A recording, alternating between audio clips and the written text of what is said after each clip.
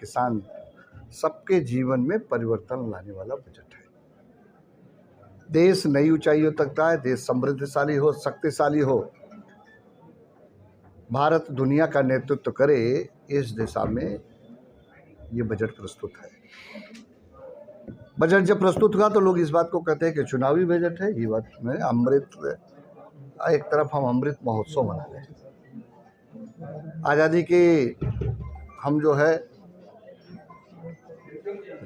के अवसर पर अमृत महोत्सव का कार्यक्रम मना रहे हैं, और दूसरी ओर हम देश के 100 साल जब स्वतंत्रता पूरी होगी उसको ध्यान में रखकर इस बजट प्रस्तुत किया।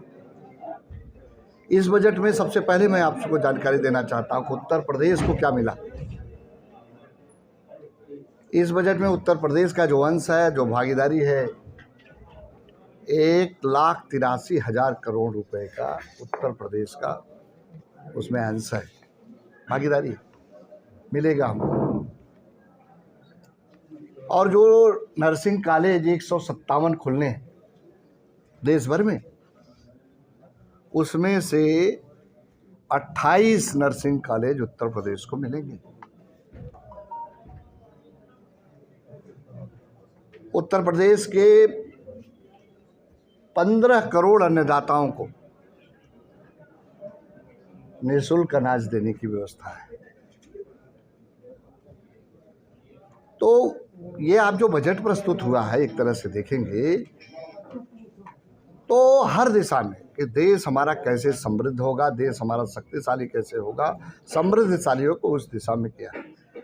नौजवानों को रोजगार मुहैया कराने को कौशल विकास योजना के अंतर्गत, स्टार्टअप योजना के अंतर्गत, make in India, digital India, मुद्रा बैंक योजना, इन सब के माध्यम से युवाओं को प्रशिक्षित करके उनके रोजगार के अवसर मुहैया कराने के लिए भी इस बजट में प्रावधान है। इस बजट से युवाओं को रोजगार के अवसर प्राप्त, हमारी वाह सुरक्षा, आंतरिक सुरक्षा के लिए भी हमारे जो गृह विभाग को बजट दिया है, सबसे बड़ा बजट दिया है इस बार जो है। हम रॉकेट भी, उपग्रह भी, अन्य चीज़ों के भी निर्माण के लिए इस बजट में प्रावधान है कि हम कैसे अन्य दूसरे देश से भी शक्तिशाली हो सकते हैं, समृद्धशाली हो सकते हैं, मजबूत हो सकते हैं, आधुनिक टेक्नोलॉजी के रूप में हम कैसे और विकसित कर सकते हैं, उस दिशा में भी बजट में प्रावधान।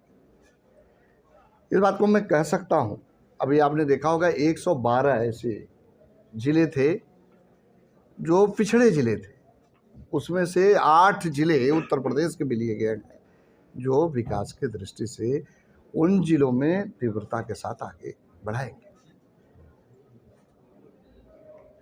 आपने देखा होगा कि खेलो इंडिया, खेलों के तहत भारत सरकार ने, खेल विभाग ने जो बजट दिया है 3397 करोड़ का बजट है। पहले खेल का बजट बहुत कम हुआ करता था, लेकिन माननीय प्रधानमंत्री जी ने उसको बढ़ाकर किया है कि युवाओं को कैसे खेल से जोड़ा जाए, युवा हमारा खेल से कैसे जुड़ सके और इसके माध्यम से वो आगे कैसे बढ़े, इस दिशा में भी सरकार ने ऐतिहासिक कदम उठाया। और उसी की दृष्टि से कृषि के भी क्षेत्र हमारे, चाहे वो किसान सम्मान निधि हो, महिला कल्याण योजना हो, या अन्य प्रकार की जो योजनाएं हैं, हमारे किसानों की उपज कैसे दुगनी हो, इस दिशा में भी बजट में ऐतिहासिक प्रावधान किया है। तो आप देखेंगे, वैसे मैंने आपको बजट की कॉपी दे दिया, लेकिन आप देखेंगे तो हर क्षेत्र में विकास कैसे तीव्रता के साथ आगे बढ़ेगा, देश नई ऊंचाइयों पर जाएगा, उस दिशा में हमारी सरकार ने पहल किया है। मंत्री जी, इन्वेस्टर समिट से यूपी को कितना लाभ होगा? इन्वेस्टर समिट से आप देखेंगे कि यूपी को बहुत ज़्यादा लाभ होगा। इन्वेस्टर समिट के आप देखेंगे उदाहरण, तो जो समाजवादी पार्टी के लोग इस बात को कहते हैं कि हमने एक एक्सप्रेसवे, आगरा एक्सप्रेसवे बना दिया, हमारी सरकार ने 5 एक्सप्रेसवे बना दिया, 5 एक्सप्रेसवे हमने बना दिया। आने वाले दिनों में मूलभूत उत्तर प्रदेश के जो इंफ्रास्ट्रक्चर की आवश्यकता होगी, इस इन्वेस्टर समिट के माध्यम से हम उसको पूरा करके उत्तर प्रदेश को विकास की गति को तीव्रता के साथ आगे बढ़ाएंगे। मंत्री जी, एक सवाल मेरा है कि अभी 2 दिन पहले राहुल गांधी ने आपत्तिजनक शब्द का प्रयोग किया योगी जी के लिए, उसका अखिलेश ने समर्थन किया। देखिए ये देश ऋषि मुनियों का देश रहा, संतों का देश रहा, देश को आगे ले जाने में उनकी महत्वपूर्ण भूमिका रही। योगी जी हमारे संत हैं। मुख्यमंत्री के रूप में उत्तर प्रदेश की 25 करोड़ जनता की सेवा कर रहे हैं। उनके कोई परिवार नहीं है, वो तो इस बात को कहते हैं कि 25 करोड़ जनता ही हमारी परिवार है, और वो उसका विकास कैसे हो, वो उनको कैसे मूलभूत करोड़ जनता को कैसे उनके जीवन में बदलाव आवे, कैसे उनको मूलभूत सुविधा मिल सके, इसके लिए काम करते हैं। राहुल गांधी को जितना ये कहा जाए, ये संत के रूप में उनको देखना चाहिए और उनके समर्पण भाव को देखना चाहिए, सेवा भाव को देखना चाहिए, तब उनको कोई वक्तव्य देना चाहिए। तो वो तो बता दिया आपको, परिवार के लिए सिर्फ काम कर रहे हैं, देश के लिए नहीं काम कर रहे, समाज के लिए नहीं काम कर रहे। आपको जिम्मेदारी दी गई है, अम्बेडकर नगर में प्रभाव दिया गया है, विकास की गति कैसे देंगे? निश्चित रूप से हमारा प्रयास होगा कि विकास की गति को तीव्रता से आगे बढ़ाएंगे। जो हमारी जन कल्याणकारी योजनाएं हैं प्रदेश की, देश की, वो जनता के धरातल पर जाएंगे। हम आने वाले दिनों में यहाँ चौपाल भी लगाएंगे, गांव-गांव भी जाएंगे, और जो हमारी योजनाएं हैं जो चल रही हैं, डेवलपमेंट की चल रही हैं, उनका स्थलीय निरीक्षण भी करेंगे और उनको मूर्त रूप देने का प्रयास करेंगे। सर, एक बड़ा सवाल है, सर रेपो रेट बढ़ा दिया गया है, और जबकि सर पेंशन में बजट को कम कर दिया गया है। ऐसा कुछ नहीं है, आपको गलतफहमी है कि देखिए, यही विपक्ष के लोग इसी बात को कहते हैं, साहब महंगाई बहुत बढ़ गई कहते हैं, और सब लोग पढ़ लेते हैं महंगाई बढ़ गई। दुनिया के देशों में तुलना करिए, आपके पास मोबाइल है, गूगल पे सर्च करके देखिए तो सबसे कम महंगाई भारत में है। अभी आपने 3-4 दिन पहले देखा, 2 दिन या 3 दिन पहले, पाकिस्तान में पेट्रोल का दाम कितना बढ़ा, 22 रुपया एक बार में बढ़ गया था।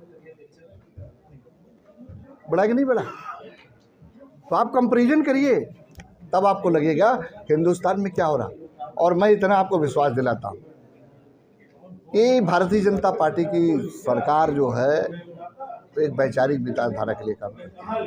पंडित दीनदयाल उपाध्याय जी का जो एकांत मानववाद का दर्शन था, जो संकल्प था, जो सपना था, उसको हम साकार कर रहे हैं। उनका यही था संकल्प था, अंतिम पावदान पर जो व्यक्ति खड़ा उसके जीवन में बदलाव हो, उस दिशा में हमारी सरकार काम। बड़ी जिम्मेदारियां आने वाले 2 चुनाव, निकाय चुनाव और 2024 कैसे तैयारी चलेगी?